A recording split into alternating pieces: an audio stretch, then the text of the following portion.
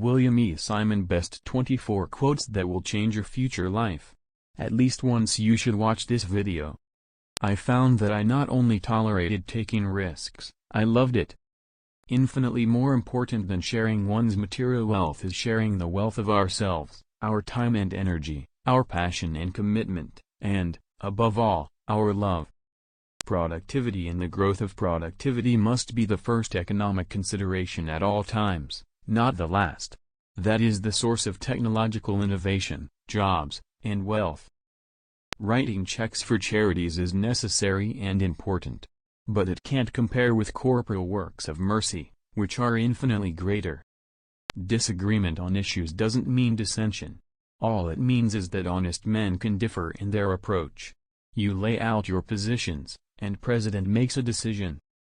Everybody in this society that has been lurching toward socialism and collectivism for 40 years has their hand out. And the propensity of Congress is to spend, elect. That hasn't changed, and it isn't going to change for a long time. A tax cut would most certainly be my first choice rather than an increase in federal spending.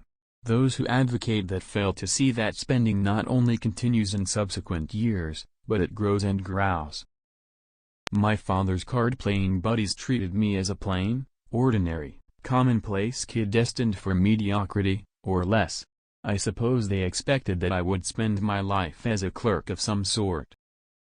Work appealed to me, school did not. I was a disinterested, bored student. I sometimes think that the only person fit to inherit wealth is the person who doesn't need an inheritance, the person who would create his own fortune no matter what his start in life, and have come to view inherited wealth as an affliction. Pop taught me respect for my fellow man and reverence for my God. He taught me the importance of family and religion. At Union Securities, I threw myself into my work with the discipline and commitment that I had always demonstrated in employment and only rarely displayed in school. Years later, I would come to appreciate, abstractly, the importance of productive activity to the mind and soul of both an individual and a nation. There is only one social system that reflects the sovereignty of the individual, the free market, or capitalist, system. It is essential that the young people of this country learn to respect the right of every man and woman to seek his or her happiness with minimal interference from the government. If you would not confront your neighbor and demand his money at the point of a gun to solve every new problem that may appear in your life, you should not allow the government to do it for you. Freedom is strangely ephemeral. It is something like breathing, one only becomes acutely aware of its importance when one is choking.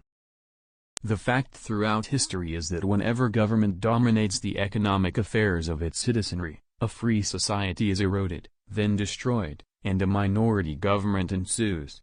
Personal liberty without economic liberty is an absolute contradiction, though one cannot exist without the other.